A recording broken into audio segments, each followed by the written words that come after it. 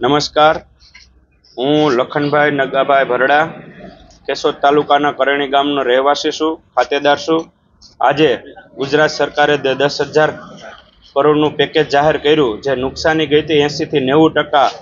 જે કમોસમી વરસાદ થયો અને જે નુકસાની ગઈ, અને ગુજરાત સરકારે જે સર્વે કરી અને સારો નિર્ણય લીધો છે, તે વતી ખેડૂત વતી હું આવકારું છું. તેમજ સોયાબીન હોય, મગફળી હોય, એવા અનેક મોલ જે ખેડૂતને બહુ નુકસાન ગયું, જે સરકારે જે નિર્ણય લીધો એ હું ખૂબ આવકારું છું, કેન્દ્ર સરકાર અને રાજ્ય સરકારનું.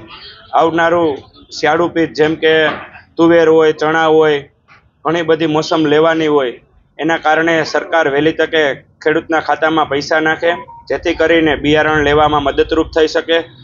આ તકે હું આ મીડિયાના માધ્યમથી ખેડૂતના દીકરા તરીકે હું ખૂબ ખૂબ આભાર માનું છું કે ગુજરાત સરકાર જે વાત કરતા હતા, ભૂપેન્દ્રભાઈ પટેલ સાહેબ જુનાગઢ અને ગીર સોમનાથમાં જે સર્વે કરવા આવ્યા અને જે એની વાત કરી કે અમે ખેડૂતની સાથે ઊભા રહેશું, એ કરીને બોલી અને બતાવ્યું છે અને કરીને પણ બતાવ્યું છે.